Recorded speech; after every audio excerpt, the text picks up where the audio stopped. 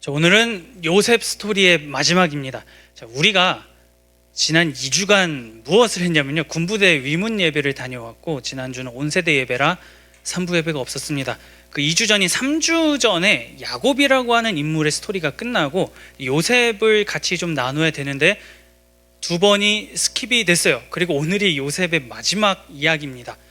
그래서 요셉이 좀 누구냐, 요셉의 앞부분 스토리가 나는 좀 궁금하다 하시는 분들은 우리 담임 목사님 설교, 본문이 지금 같이 가고 있죠. 그래서 담임 목사님 설교 들으시면서 앞부분 내용 정리할 수 있으면 좋겠습니다.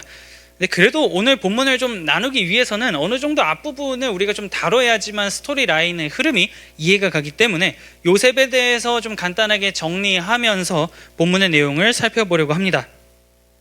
자, 요셉이라고 하는 사람은 야곱의 12아들 중에 11번째 아들입니다. 완전 막내죠. 근데 완전 막내인데 야곱이 너무나도 사랑했던 아내가 있었어요. 라헬이라고 하는 아내가 있었는데 이 사람이 첫 번째로 낳은 자식입니다. 자, 너무나 사랑하는 아내의 첫 번째 아들이 11번째인 거예요. 그러니까 앞부분에 앞에 레아라고 하는 언니하고도 야곱이 결혼을 했고, 그리고 레아와 라헬의 이 종들하고도 동침하면서 자식을 낳았던 사람입니다. 그런데 그 이 네 사람 중에서 너무나도 사랑했던 사람이 라헬이었고, 결국에는 라헬을 통해서 자식을 생산하게 됩니다. 그러니 얼마나 기쁘겠어요.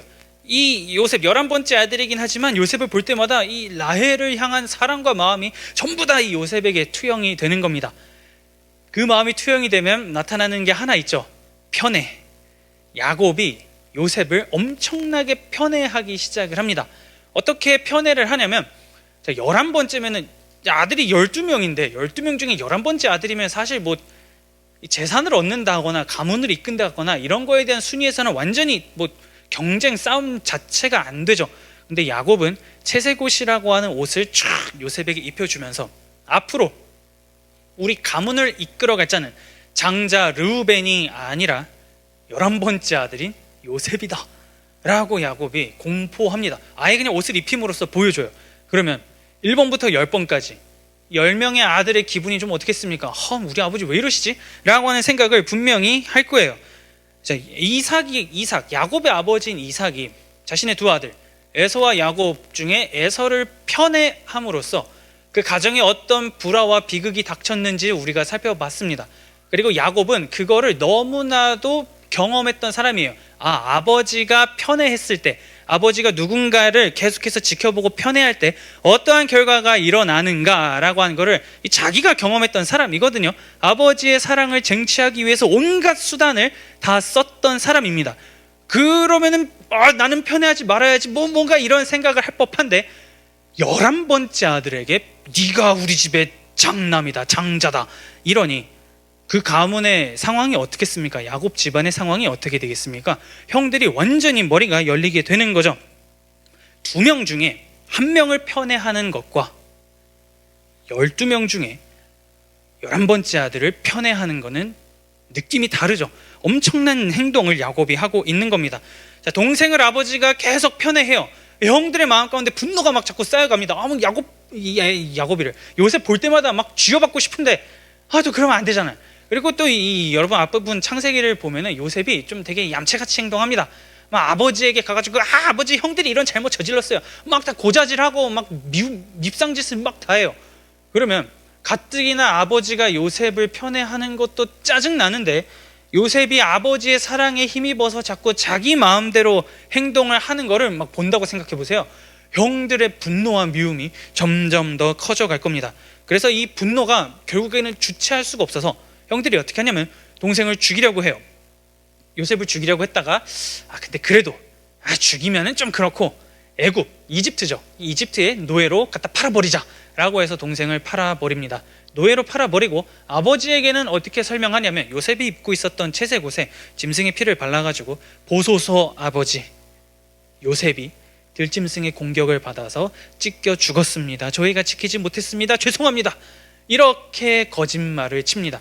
그래서 그 이후부터 야곱은 자신이 너무나도 사랑했던 아들 요셉이 죽은 줄 알고 남은 인생을 살아가고 요셉은 이제 이집트의 노예로 팔려가 가지고 거기서부터 노예의 삶을 시작하게 됩니다. 온갖 어려움을 겪어요. 엄청난 어려움들과 모멸과 멸시와 막 이런 것들을 겪는데 결과는 어떻게 되냐면 요셉이 이집트의 2인자가 됩니다. 총리의 자리에 올라가게 됩니다. 총리의 자리에 올라가 가지고 완전히 뭐 신데렐라 스토리 인생 역전이죠. 노예에서 시작해 가지고 이집트의 2인자가 되는 그러한 위치에 올라가게 됩니다. 자, 그리고 이때쯤에 이 애굽에 이집트에 어떠한 일이 있었냐면 흉년이 임하게 됩니다. 먼저는 7년 풍년이 있었고요. 그 다음에 이제 이 7년 흉년이 막 계속 임합니다.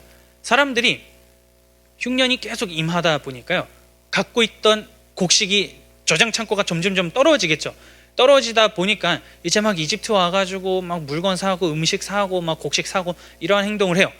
야곱의 가족이 이제 이 소식을 듣습니다. 우리 집 식량 창고에는 곡식이 하나도 남아있지 않은데 이집트에 가면은 애굽에 가면 뭔가 있다더라 라고 해가지고 야곱의 아들들이 전부 다 갑니다. 곡식을 구하러 가요. 그리고선 거기서 총리가 된 요셉을 만나게 됩니다. 어마어마한 일이 벌어지는 거죠. 극적인 가족 상봉이 이루어지고 요셉은 우리 가족들 다 애굽으로 오세요. 이집트로 오세요. 제가 모든 걸 다 갖추어 놨습니다. 제가 이 나라 2인자입니다. 편안한 잠자리와 숙소 모든 것들을 다 제공해 드릴게요 라고 해서 야곱의 가족이 이집트로 이주를 하게 됩니다. 자, 강대국, 그 당시에 애굽, 이집트는 완전히 강대국이었어요. 강대국의 2인자, 갖고 있는 권력, 재력, 사람 모든 게 다 많았겠죠. 삶이 굉장히 윤택했습니다. 끝나지 않았으면 좋겠다 라고 생각할 정도의 삶이었는데 이 삶에 균열이 가기 시작합니다. 어떤 사건 때문에 균열이 가냐면 아버지 야곱이 죽음으로써 균열이 시작이 돼요. 창세기 49장 33절입니다. 야곱이 아들에게 명하기를 마치고 그 발을 침상에 모으고 숨을 거두니 그의 백성에게로 돌아갔더라. 자, 아버지가 죽고 맙니다. 자, 야곱은 자기는 좋죠. 죽은 줄만 알았던 너무나 사랑했던 아들 요셉의 품에서 숨을 거두어요. 끝내요. 너무나 원했던 것을 이룹니다. 근데 남은 형제들에게는 이게 완전히 청천벽력과도 같은 스토리인 겁니다. 왜냐하면 이전부터 해결되지 않은 것이 하나 있는데 그냥 유야무야 하면서 넘어온 게 있었기 때문이에요. 바로 뭐냐면 요셉과 나머지 1번부터 10번까지 형제들과의 관계입니다. 자, 생각해 봅시다. 여러분이 요셉의 형들이라고 하면은 어떨 것 같아요? 내가 장자, 뭐 두 번째, 세 번째라고 해봐요. 근데 아버지가 11번째 아들을 자꾸 사랑합니다. 아니 우리 큰형님 지금 멀쩡히 살아계신데 지금 우리 아버지 막 이상한 행동한다라고 막 이런 생각도 할 법하고 막 자꾸 막는데 자꾸 와가지고 막 얌체 같은 행동만 하니까 자꾸 쥐어받고 싶어요. 이런 행동을 막 하는데 이 질투를 참지 못해서 분노를 참지 못해서 동생을 팔아 넘겼습니다. 죽으라고 한 거죠. 남의 손에 이 생명을 맡겨버린 것과 마찬가지입니다. 한순간의 분노가 가정을 완전히 지금 깨뜨려 놨어요. 생사도 모르는 동생의 소식, 뭐 누구나 다 생각했을 겁니다. 죽었겠지. 거기서 길 가다 죽었겠지. 얘가 뭐 노예 일을 해본 적이 있나? 아무것도 없다. 노동을 해본 적이 있나? 없다. 요셉은 가다 죽었을 것이다 라고 생각을 했을 겁니다. 그런데 그럼에도 불구하고 이 안에 분노와 동시에 뭐가 하나 계속 남았냐면 죄책감이 이들 가운데에 남아 있었습니다. 그때 그 행동 하지 말걸, 그때 이렇게 움직이지 말걸 이라고 하는 죄책감이 있었어요. 자신들이 벌인 그 악행에서 결코 자유롭지 않은 삶을 동생을 팔아버린 순간부터 이 형제들이 계속해서 가지고 있었습니다. 자, 형들이 처음 딱 요셉 앞에 엎드려서, 그땐 요셉이 총리잖아요. 총리 앞에 딱 엎드려가지고 저희가 돈을 가져왔습니다. 곡식을 좀 주십시오 라고 얘기할 때 형들은 당연히 요셉을 못 알아보죠. 뭐 입고 있는 옷이랑 문화랑 모습이 완전히 다를 거잖아요. 근데 요셉은 딱 보자마자 이 사람들 내 형들이다 라고 하는 것을 깨달았습니다. 당연히 애굽 사람과 지금 히브리인 사람의 만남이라고 생각하니까 중간에 통역도 있었지만 요셉은 지금 형들이 뭐라고 말하는지 다 이제 알아들을 수 있는 사람이었거든요. 그런데 형들이 당연히 요셉은 총리니까 애굽 사람이니까 애굽 말만 할 것이다 라고 생각해가지고 자기들끼리 무언가 말 하나를 합니다. 창세기 42장 21절에서 22절입니다. 그들이 서로 말하되 우리가 아우의 일로 말미암아 범죄하였도다. 그가 우리에게 애걸할 때에 그 마음의 괴로움을 보고도 듣지 아니하였으므로 이 괴로움이 우리에게 임하였도다. 르우벤이 그들에게 대답하여 이르되 내가 너희에게 그 아이에 대하여 죄를 짓지 말라고 하지 아니하였더냐. 그래도 너희가 듣지 아니하였느니라. 그러므로 그의 핏값을 치르게 되었도다 하니. 형들의 마음 가운데에 요셉을 판 그 이후부터 하지 말걸 이라고 하는 죄책감이 계속 남아 있었다라고 하는 것을 본문을 통해서 우리가 보게 됩니다. 그러면 당연히 이제 큰 두려움에 사로잡히겠죠. 요셉이 자기의 권력을 가지고 우리를 찍어 누르면 어떻게 하지? 라고 하는 생각을 형들이 하게 됩니다. 자기 정체를 요셉이 처음에 딱 알릴 때 제가 요셉입니다 라고 할 때 형들이 우와 네가 요셉이냐 이렇게 얘기한 게 아니라 두려워하면서 벌벌벌벌 떨었습니다. 죽겠구나 라고 하는 생각을 했기 때문이죠. 창세기 45장 4절에서 5절입니다. 요셉이 형들에게 이르되 내게로 가까이 오소서. 그들이 가까이 가니 이르되 나는 당신들의 아우 요셉이니 당신들이 애굽의 판자라. 당신들이 나를 이곳에 팔았다고 해서 근심하지 마소서. 한탄하지 마소서. 하나님이 생명을 구원하시려고 나를 당신들보다 먼저 보내셨나이다. 자, 요셉이 여기서 굉장히 놀라운 말을 하나 합니다. 형들이 나를 판 게 객관적인 사실인데 형들이 나를 판 게 아니고 하나님이 모든 걸 인도하셨다라고 요셉이 고백을 합니다. 그러면서 나를 애굽에 판 그 행동 때문에 두려워하거나 불편해하거나 막 근심하지 마세요 라고 요셉이 얘기를 합니다. 자, 근데 상식적으로 요셉의 입장에서 생각을 해보면 한 대 좀 때리고 싶지 않겠어요? 뭐 막 이렇게 죽이기까지는 못하더라도 좀 많이 괴롭히고 싶을 수 있습니다. 벌어지는 돌아가는 상황이 나는 이제 권력자고 모든 걸 할 수 있는 권력자고 아버지도 죽었고 이제 이 형들이 어떻게 되든 말든 마음 아파할 사람 아무도 없습니다. 내가 그냥 다 쓸어버리면 그만인 상황임에도 불구하고 요셉은 그렇게 하지 않는 아주 독특한 모습을 보입니다. 그리고 형들도 당연히 요셉이 그렇게 할 거라고 생각을 해서 굉장히 두려워하는 거죠. 형들의 반응도 지극히 정상적이고 요셉의 반응은 지극히 정상적이지 않은 반응을 보여주고 있는 겁니다. 결국에는 아무리 요셉이 나 괜찮아요 돌아온 세월을 보니까 하나님이 지금 이렇게 우리 가정을 만나게 하기 위해서 이끄셨어요 라고 맨날 얘기해 봐도 형들의 마음 가운데는 여전히 해결되지 않은 그 죄, 동생을 그때 팔았던 죄, 살려달라고 비명을 지르며 그 구덩이에서 애걸복걸할 때 그걸 무시했던 그 죄가, 그 죄책감이 계속해서 남아 있었던 것을 본문을 통해서 보게 됩니다.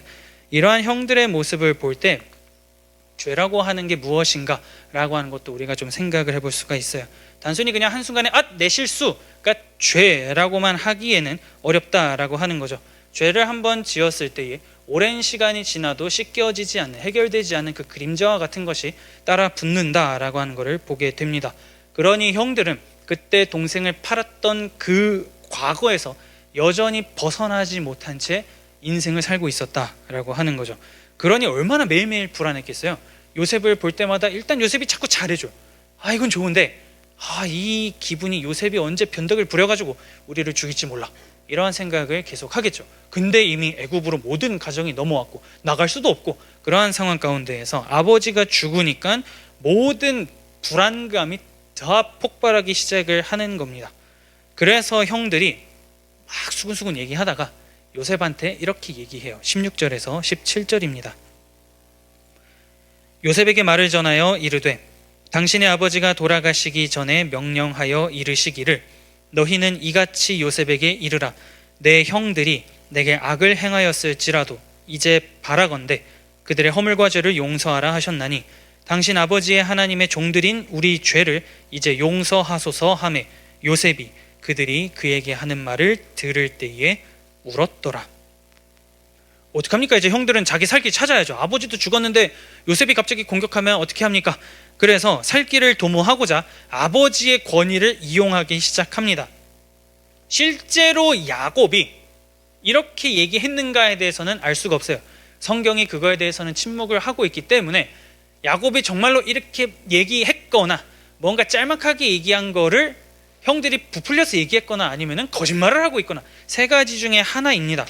그럼에도 불구하고 형들이 딱 지금 건드리고 있는 것은 뭐냐면 아버지가 요셉을 정말로 사랑했고 요셉도 아버지를 사랑했기 때문에 아버지의 이름으로 이 얘기를 하면 요셉이 우리를 살려줄지도 몰라 라고 하는 생각에 아버지를 빌어서 지금 요셉의 마음을 움직이려고 하는 형들의 모습을 보게 됩니다. 여기까지만 보면 형들은 아직까지도 나쁜 사람처럼 보여요.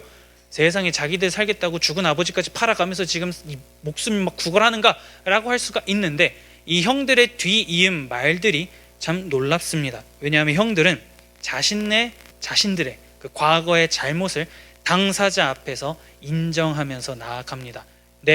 우리가 그때 너에게 했던 행동에 대해서 지금이라도 사죄해야 한다 라고 형들이 얘기를 해요. 처음에 만났을 때는 그냥 어버버 하다가 같이 넘어와서 살던 형들이 아버지가 죽고 나니까 이제 요셉 앞에 나와서 진심으로 회개하기 시작을 합니다. 악을 행했지만 자비를 구하노라, 용서해줘 라고 얘기를 하고 있는 거죠.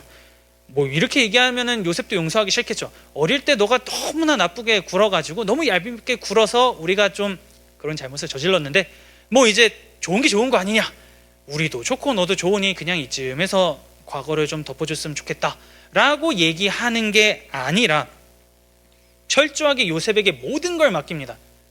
우리는 너의 종이다. 주인이 종을 마음대로 할 수 있듯이 우리의 모든 걸 너에게 맡긴다. 과거에 우리가 지었던 모든 죄를 이제 너 앞에 나아가서 회개하면서 나아간다. 용서를 구하니 너의 마음대로 너의 뜻대로 우리를 판단해라 라고 형들이 얘기하는 겁니다. 이 말을 딱 요셉이 듣고 난 다음에요, 본문에서 본 것처럼 펑펑 웁니다. 꺼이꺼이 하면서 울어요. 왜 울었을까? 라고 했을 때 이거를 형들이 여전히 과거의 죄에 묶여 있었다라고 하는 관점에서 보면 안타까워서 우는 거겠죠. 왜 우리 형들은 아직까지도 그 구덩이에 들어가 있던, 살려달라고 애걸복걸하던 그 요셉의 모습을 아직도 지워내지 못하고 아직도 풀어내주지 못하고 그 시대 그 시절에 갇혀서 여태까지 살아왔는가, 왜 거기서 벗어나지 못하는가, 이러한 생각을 요셉이 했다라고 볼 수가 있습니다. 형들이, 야곱의 가족이 애굽에 정착해서 산 지가 10년이 넘어요. 10년이 넘는 세월을 살아가면서 요셉이 얼마나 잘해줬겠습니까? 뭐 먹고 싶은 대로 먹을 거 먹으시고 사고 싶은 거 사고 필요한 거 있으면 내가 사람 다 붙여줄게요, 이런 거를 다 했을 거에도 불구하고 지금 형들은 요셉 앞에 나아가가지고 이러한 얘기를 하니 요셉이 펑펑 우는 것이죠. 요셉은 과거에 얽매인 것이 아니라 과거를 다 청산하고 앞을 향해서 나아가고 있는데 형들은 여전히 멀찍이 뒤에서 한 걸음도 나아가지 못했다라고 하는 것을 그 순간을 통해서 요셉이 보게 됩니다. 요셉의 호의를 받을 때마다 형들이 그러면 요셉이 이렇게 생각할 거 아니에요.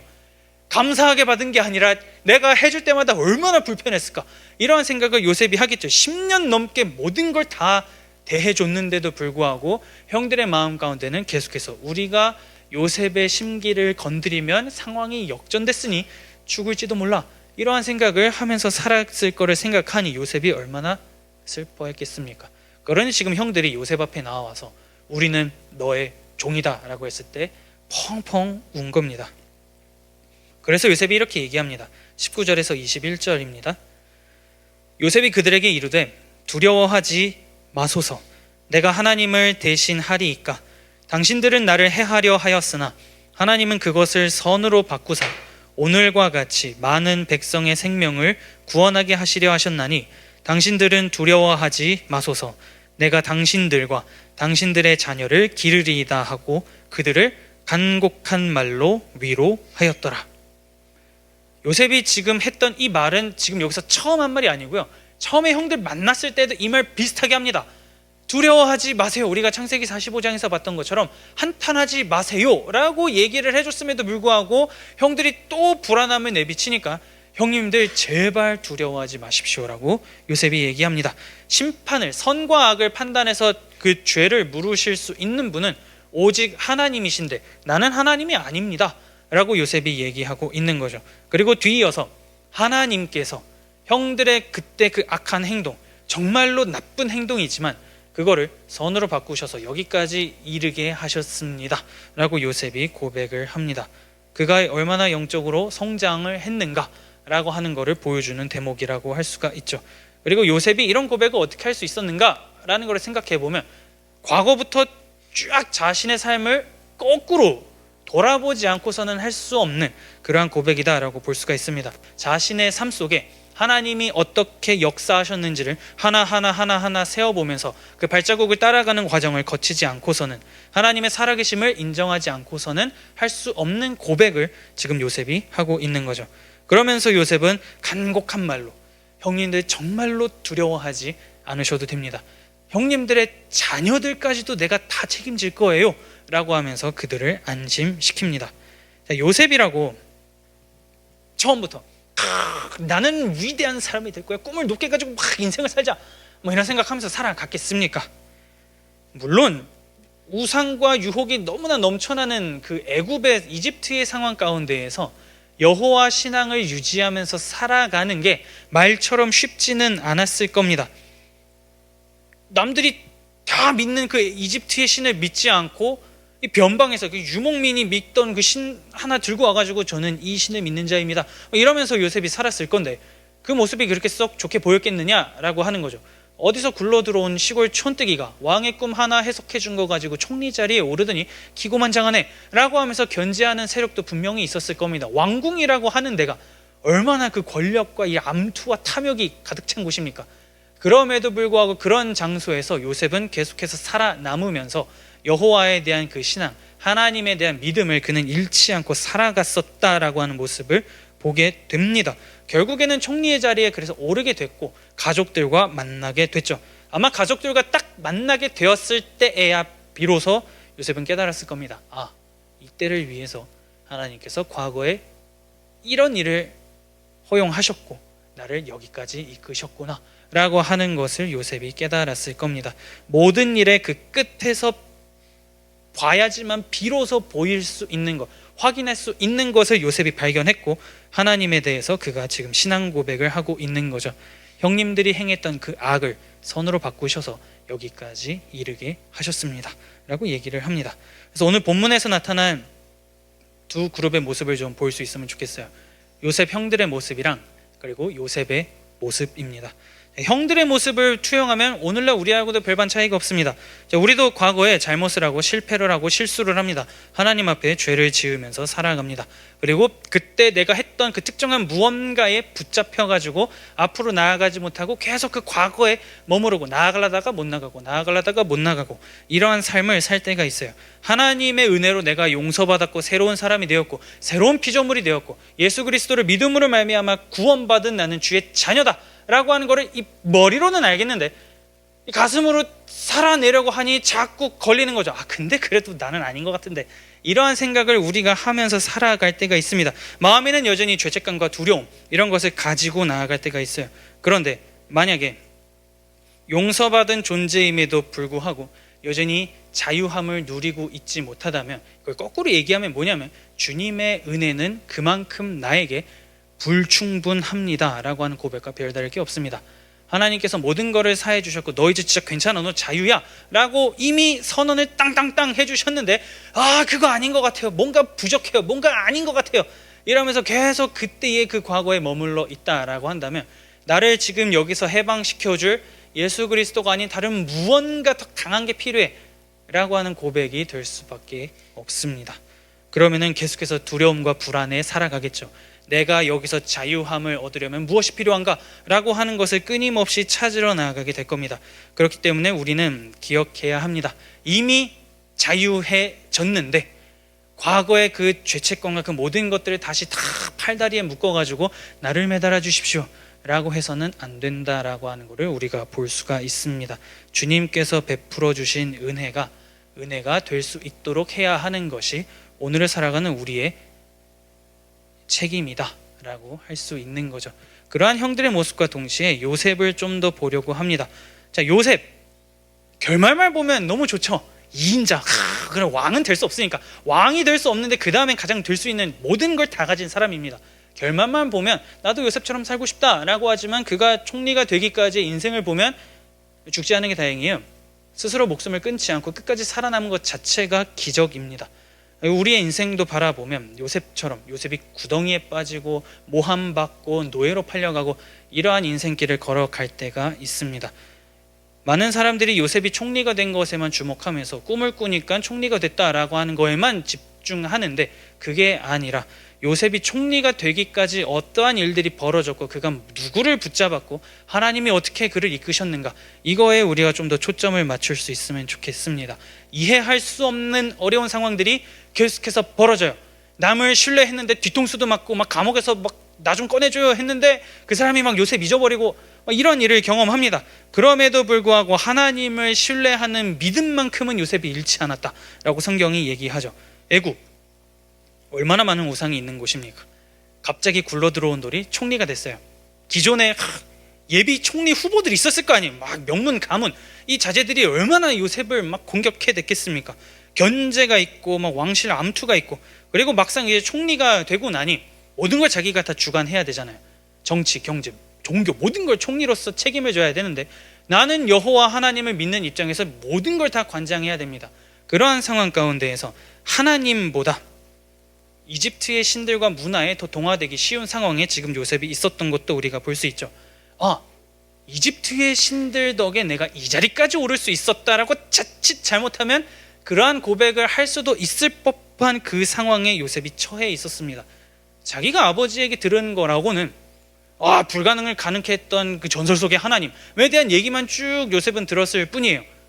유목민으로 아주 작게 살아가던 그러한 소수 민족이라고도 할 수 있는 그러한 민족이 믿던 하나님에 대해 존재만 들었는데 이집트에 오니까 완전히 거대 문명이 이끌고 있는 신전과 모든 것을 보게 되면, 그 종교 시스템을 보게 되면 자연스럽게 그쪽으로 가고 싶어지겠죠. 누가 이 시골 촌뜨기가 믿는 하나님에 대해서 생각을 하겠습니까? 그럼에도 불구하고 그 더 화려한 예전, 더 화려한 그 무언가, 그것에 그가 집중하지 않고 끝까지 하나님을 붙잡았다라고 하는 것 자체가 기적이다라고 할 수가 있는 겁니다.